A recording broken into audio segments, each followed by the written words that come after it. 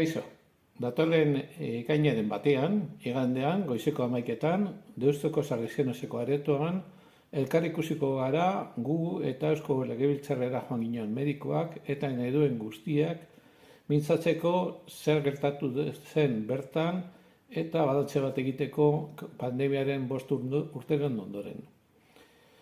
Ofizialistak ere gonbidatu diegu, ez dakit etorriko diren, baina garrantzitsua da jakitea ze egoeretan gauden. Ez dakit orain dela 5 urtekoa pandemia benetako izan zen, baina orain bertan txerto genetikoen kaltearengatik jasandako pertsonen kopurua bai ematen duela beste pandemia baterako. Hau ere isilduta egongo dena, gu egon garen bezala azkengo 5 urteetan.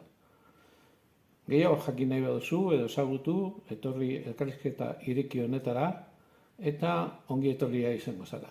Mila esker.